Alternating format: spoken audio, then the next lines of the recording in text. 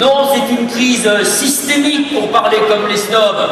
C'est une crise structurelle. Et ce que j'y voyais n'était pas bien beau.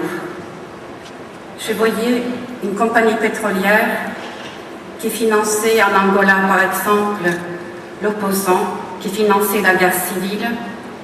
Je voyais des dirigeants qui s'en...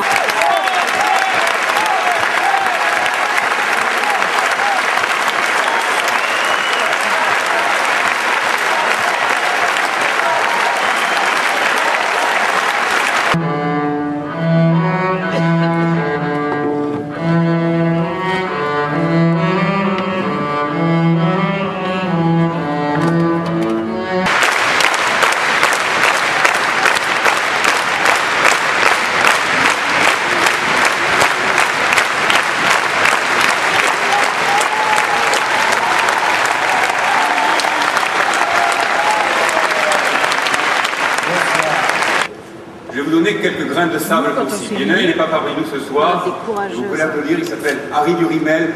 C'est la tête de liste d'Europe Écologie. Harry nous explique très bien ce petit grain de sable-là. Il nous dit qu'il est, lui, peut-être plus européen que nous tous parce qu'il sait ce que ça a coûté à ces gens-là dans les Caraïbes de devenir un jour citoyens à part entière. Il sait le poids d'un bulletin.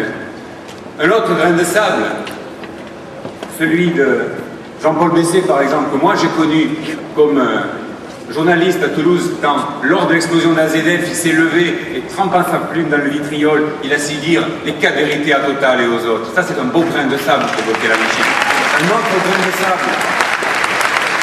Un autre grain de sable comme Michel Rivasi, qui, de la CRIRAG jusqu'au CRIREM, a su montrer qu'on pouvait alerter l'opinion. Ou comme François Alfonsi, le régional peuple solidaire, qui montre que la diversité, c'est pas un obstacle, c'est une richesse.